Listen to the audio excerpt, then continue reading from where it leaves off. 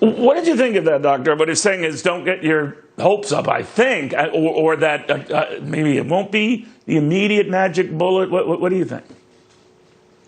Neil, the reality is that we are very close to a breakthrough and a game changer. And indeed, it might be a little too soon to have the final stamp of approval on it, but we are very close to that point. The study has reached almost a safety milestone, and it's ready to meet the requirements by the FDA to have 2 months follow-up for the patients who received the vaccine. And we're looking at 90% efficacy. That's incredible. That's higher than expected. If you look at the flu vaccine, it has 40 to 60% efficacy. Maybe what he points out to is the caveat that this vaccine has a tricky storage and transportation. And as you know, there is a lag between science release and implementation of a vaccination that has meaningful herd immunity to achieve that at a large scale.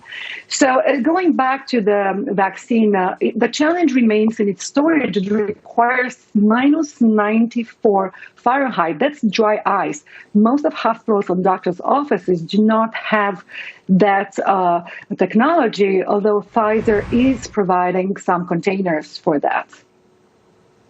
You know, Doctor, all of this on news, yesterday we had a record number of cases, almost 143,000, I believe, 5 straight days in excess of 100,000. I know testing is a big part of that. I get that. But I do see individuals, depending on the state and the region, and indeed looking abroad in the country, hospitalizations are jumping as well.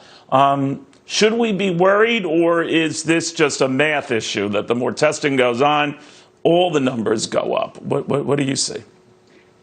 Neil, we know clearly that the number of testing, it's not on par with number of hospitalization. And that means that people are getting sicker and sicker despite we are doing more tests. So we increased testing only by 15%, but we've seen cases jump up to 50% compared with September. We are seeing record double numbers from almost 2 months ago. So the concerning is not necessarily the sheer number and the exponential growth, although those are worrisome, but the main concern remains the rate of hospitalization. That's a real reflection of people getting sick. And meanwhile, Doctor, in states like New Jersey, New York, where they're looking at revisiting some restrictions on indoor dining, stopping it altogether at 10 p.m., crowd control, better policing, mask requirements. Will that do the trick? Or, because that was going on in Europe, in places like Germany and Italy and France, they were doing all the right things and they still got hit.